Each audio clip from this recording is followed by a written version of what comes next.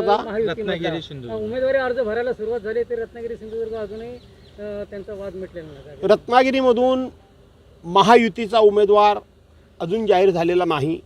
महाविकास आघाडीचे उमेदवार विनायक राऊत हे जाहीर झालेले आहेत. मी महायुतीला शुभेच्छा देतो आणि माझ्या कुलदैवताला प्रार्थना करतो की महायुतीला अशी सद्बुद्धी दे, उमेदवारी अर्ज भरण्याची तारीख आणि वेळ चुकून गेली तरी महायुतीचा उमेदवार जाहीर होऊ नये अशी मी त्या ठिकाणी अपेक्षा करतो आणि माझ्या ग्रामदैवताला प्रार्थना करतो. नाही, मला माहीत नाही त्यांनी विकास का केला नाही केला वगैरे काय हा विषय तटकरे का करतात, परंतु मला त्या वादात तुम्ही ओढताय म्हणून मी तुम्हाला सांगतो, गेल्या 5 वर्षात तटकरेंनी आमच्या कोकणामध्ये विकास काय केला रत्नागिरी जिल्ह्यामध्ये त्याची एकदा पुस्तिका जाहीर करावी, म्हणजे आम्हाला उत्तर देणं सोपं जाईल. मला खरं सांगू का, मला राज ठाकरेंचं खूप वाईट वाटतं. मला त्यांच्या राजकीय कारकिर्दीची जी काही शोकांतिका सुरू आहे त्याबद्दल अत्यंत वेदना होतात. मला आनंद होत नाही आहे की त्यांच्यासारखा नेता आज महाराष्ट्राच्या राजकीय पटलावरून जवळजवळ विस्मृतीत जाण्याच्या मार्गावर आहे किंवा तिथपर्यंत पोहोचला आहे. पण त्यांच्याबद्दल मी काही उणवाकडं बोलणार आजही नाही, कधीच नाही, कारण मला माहीत आहे एक चांगला नेता या महाराष्ट्राच्या राजकारणातून बाद होणं हे अत्यंत वाईट आहे. यांनी ओळखलं पाहिजे की भारतीय जनता पार्टीच्या राष्ट्रीय अध्यक्षांनी आणि गृहमंत्री अमित शहानी सांगितलं की छोटी मोठी पार्टियां हमें इस देश में रखना ही नहीं है. त्याची सुरुवात राज ठाकरेंपासून झालेली आहे, त्याची सुरुवात आपल्या महाराष्ट्रामध्ये एकनाथ शिंदेंपासून झालेली आहे, त्याची सुरुवात अजित पवारांपासून झालेली आहे.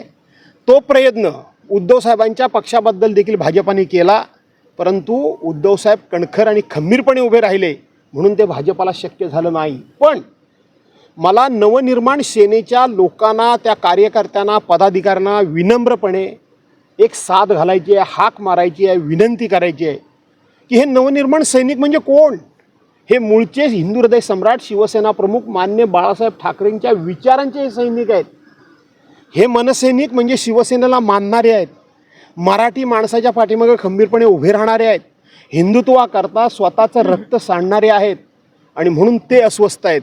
मला त्यांना साथ घालायची आहे की तुम्ही मूळचे शिवसैनिक आहात, द्या विसरून सगळे मतभेद काय झालं असेल ते शिवसेनेला पाठिंबा द्या, शिवसेनेच्या पाठीमागे उभे खंबीरपणे राहा आणि तुमच्या मनातली शिवसेना वाढवण्याकरता म्हणून तुम्ही मदत करा.